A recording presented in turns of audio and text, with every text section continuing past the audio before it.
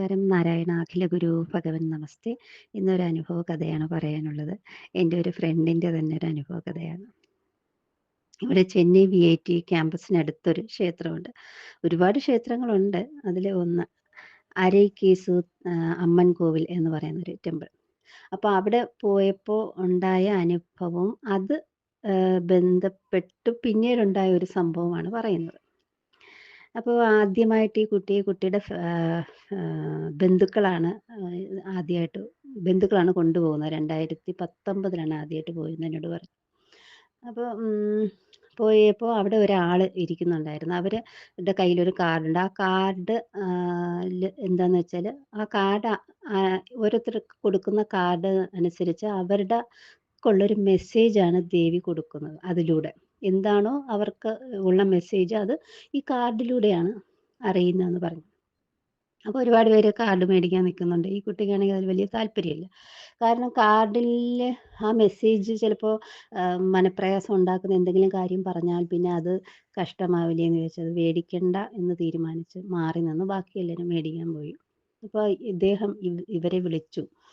വാ അമ്മ എന്നിങ്ങനെ വിളിച്ചാണ് അവർക്ക് കൊടുത്തതെന്ന് പറഞ്ഞു. അപ്പോൾ ഇത് അങ്ങനെ ഒരു വലിയൊരാളിരുന്ന് നമ്മളെ വിളിച്ച് കാർഡ് എടുക്കുമെന്ന് പറയുമ്പോൾ അങ്ങനെ ചെയ്യാതിരിക്കുന്നത് ശരിയല്ലല്ലോ എന്ന് വിചാരിച്ച് ബന്ധുക്കളോടൊപ്പം ക്യൂവിൽ നിന്ന് കാർഡ് വാങ്ങി. ഈ കാർഡ് ഈ കുട്ടിക്ക് കിട്ടിയ കാർഡ് ഇങ്ങനെയായിരുന്നു. ബന്ധുക്കളെ കൂടുതൽ വിശ്വസിക്കരുത് എന്നുള്ളതായിരുന്നു. ഈ ബന്ധുക്കളുടെ മുമ്പിൽ വെച്ചാണ് ഇത് പറയുന്നത്. അപ്പോൾ ബന്ധുക്കളുടെ ഫേസൊക്കെ കുറച്ച് അവർക്ക് കുറച്ച് ഡിസ്റ്റർബായി എന്ന് പറഞ്ഞു. ഇപ്പോൾ ഈ കുട്ടി അത് വലിയ കാര്യമായിട്ട് ഇതിലൊന്നും വലിയ കാര്യമൊന്നുമില്ല, ഇതൊന്നും ഞാൻ വിശ്വസിക്കാൻ പോകുന്നില്ല എന്നുള്ളൊരു ഈസി വേയിൽ അതെടുത്ത് കളഞ്ഞു എന്ന് പറഞ്ഞു. അങ്ങനെ അതൊക്കെ കഴിഞ്ഞു. കാലങ്ങൾ കഴിഞ്ഞു. ഇപ്പോൾ 2024 എഗെയിൻ ഈ അമ്പലത്തിൽ വരുവാണ്. അപ്പോൾ വന്നപ്പോൾ അങ്ങനെ ആരെയും കാണാനൊന്നുമില്ല.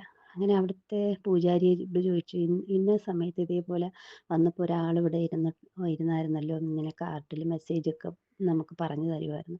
ആൾ ഇപ്പോൾ ഇന്നില്ലേ എന്ന് ചോദിച്ചപ്പോൾ പറഞ്ഞു, അങ്ങനെ ഒരു സംഭവമേ ഈ കോവിലിൽ ഇല്ല എന്നാണ് പൂജാരി പറഞ്ഞത്. അപ്പോൾ അന്ന് നടന്ന കാര്യങ്ങളെല്ലാം ഈ കുട്ടി പൂജാരിയെ പറഞ്ഞ് ധരിപ്പിച്ചെങ്കിലും പൂജാരി പറഞ്ഞ് നിങ്ങൾക്ക് തോന്നിയതായിരിക്കാം, പക്ഷേ ഇവിടെ അങ്ങനത്തെ സംവിധാനം ഒന്നും തന്നെ ഇല്ല എന്ന് പറഞ്ഞിട്ട് പൂജാരിയുടെ കാര്യത്തിന് പോവുകയും ചെയ്തു. അപ്പോൾ പൂജാരി ഇവരും കൂടി സംസാരിക്കുന്നത് അവിടെ അർച്ചനയ്ക്ക് ചീട്ടെഴുതുന്ന ഒരാൾ ഇത് കാണുമായിരുന്നു.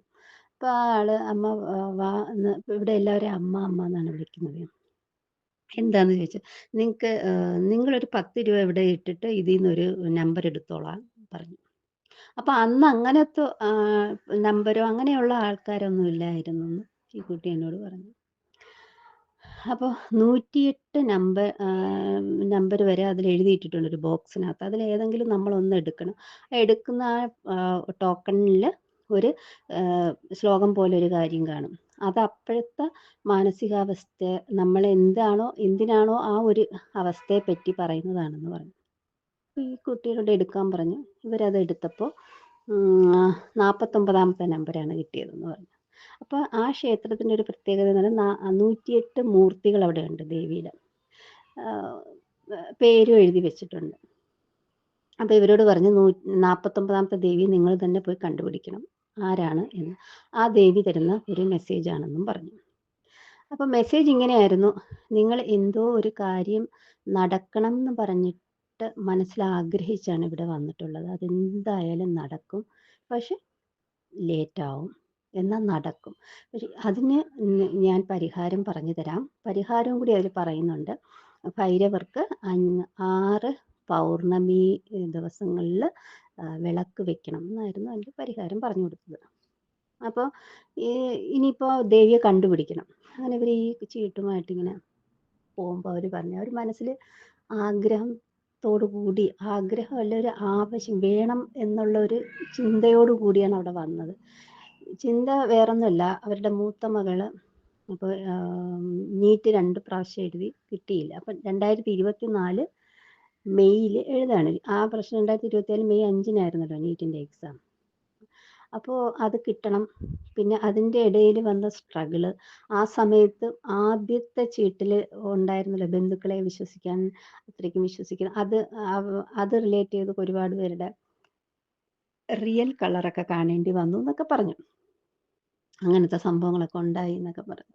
അപ്പൊ ഇതിങ്ങനെ ഞാൻ വിചാരിച്ച കാര്യമാണല്ലോ ഇതില് പറയുന്നത് പറഞ്ഞു. അങ്ങനെ 49ാമത്തെ നമ്പർ ദേവി ആര് എന്ന് അന്വേഷിച്ച് 49ാമത്തെ നമ്പറിലെത്തിയപ്പോ അവിടെ അവര് കൊടുത്ത ആ 49ാമത്തെ നമ്പറിൽ ആരായിരുന്നെന്ന് വെച്ചാൽ തൃച്ചി സമയപുര മാരിയമ്മനായിരുന്നു. അപ്പൊ ഈ തൃച്ചിയിലുള്ള ഈ സമയപുര മാരിയമ്മൻ ക്ഷേത്രം എവിടെയാണെന്നോ എന്താണെന്നോ ഒന്നും അറിയത്തില്ല.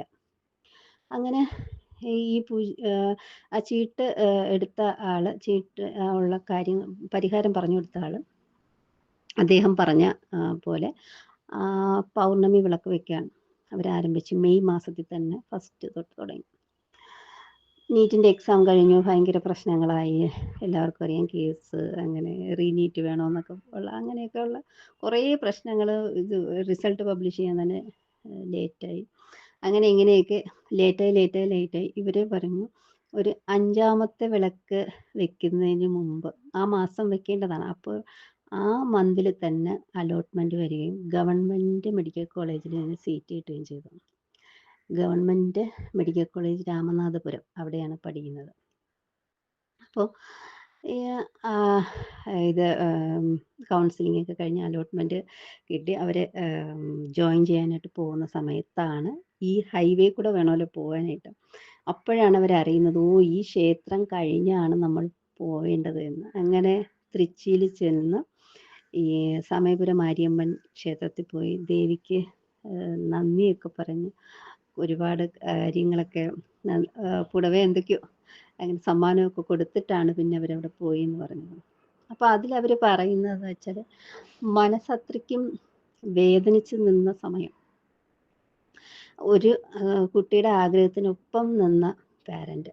രണ്ടാമത് ഇതിൻ്റെ ഇടയിൽ തന്നെ ഡിലേ ആയി. ഇപ്പം 3ാമത്തെ വർഷം എഴുതുന്നു. അങ്ങനെ കുറച്ച് പ്രശ്നങ്ങൾ വന്നപ്പോൾ ബന്ധുക്കളുടെ ആദ്യം പറഞ്ഞ കാർഡിൻ്റെ പ്രകാരമുള്ള കാര്യങ്ങളൊക്കെ നടന്നു.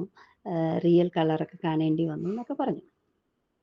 അപ്പോൾ ഇങ്ങനെയുള്ളൊരു ഈ ഒരു അനുഭവം എന്നോട് പറഞ്ഞപ്പോൾ എനിക്ക് തോന്നിയത് എന്താണെന്ന് വെച്ചാൽ ഇവരുടെ ഒരു സമർപ്പണമാണ്, ആത്മസമർപ്പണം അല്ലേ.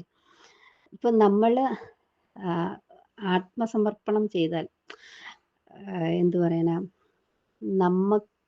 അർഹതപ്പെട്ട ഒരു കാര്യം പ്രകൃതി തീരുമാനിച്ചിട്ടുണ്ടെങ്കിൽ അതിനെ തടയാൻ വേറെ ആർക്കും പറ്റില്ല എന്നുള്ളതാണ് എനിക്ക് മനസ്സിലായത് ഈ ഒരു അനുഭവം കേട്ടപ്പോൾ. അപ്പോൾ ചോദിക്കും, എന്നാൽ പിന്നെ നമുക്ക് മിണ്ടാതിരുന്ന പോലെ, പ്രകൃതി അങ്ങ് തീരുമാനിച്ച് തരട്ടെ എന്നല്ല. പക്ഷെ അതിനു വേണ്ടി അവരെടുത്ത സ്ട്രഗിൾ, ആ കുട്ടി എടുത്ത സമർപ്പണം, സറണ്ടർ, ഇതാണ് അതിൻ്റെ ഫലം. അതിൻ്റെ ഫലമായിട്ടാണ് ഈ ഒരു കോളേജിൽ അതിനൊരു സീറ്റ് വന്നതെന്നാണ് എനിക്ക് ശരിക്കും അത് കേട്ടപ്പോൾ തോന്നിയത്. പിന്നെ രണ്ടാമത് ഒരു കാര്യം എന്ന് പറഞ്ഞത്, അതെൻ്റെ മാത്രം എനിക്കിത് ഇത്രയും കേട്ട് കഴിഞ്ഞപ്പോൾ എനിക്ക് തോന്നിയത് എന്ന് പറയുന്നത്, ശരിക്കും നമ്മൾ വേദനയോടുകൂടി സമർപ്പിച്ചാൽ, നമ്മൾ സമർപ്പണം ചെയ്ത അങ്ങനെ ഒരു ഭാവം എപ്പോഴാണോ നമ്മളുടെ മനസ്സിൽ തോന്നുന്നത്, ആ നിമിഷം മുതൽ നമ്മളുടെ അർഹതയ്ക്കുള്ള ദൂരം കുറയും. ശരിയല്ലേ? അതല്ലേ ശരി? ശരിക്കും എനിക്കതാണ് തോന്നിയത്. എന്തായാലും എല്ലാവർക്കും എല്ലാ നന്മകളും ഉണ്ടാവട്ടെ. നാരായണ അഖില ഗുരു ഭഗവൻ നമസ്തേ.